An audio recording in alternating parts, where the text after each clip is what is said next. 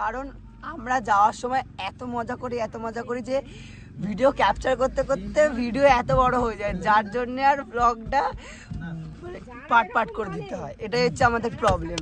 তো যাই হোক, দেখা যাক ওরা আসছে কি হয়। মজা তো হবে, অনেক দিন পর সবাই মিলে আমরা একসাথে হচ্ছি, মানে অসাধারণ মজা হবে। আর আমার সব থেকে বড় কথা, আমি হেয়ার ব্যান্ডটা নিতে ভুলে গেছি আমার।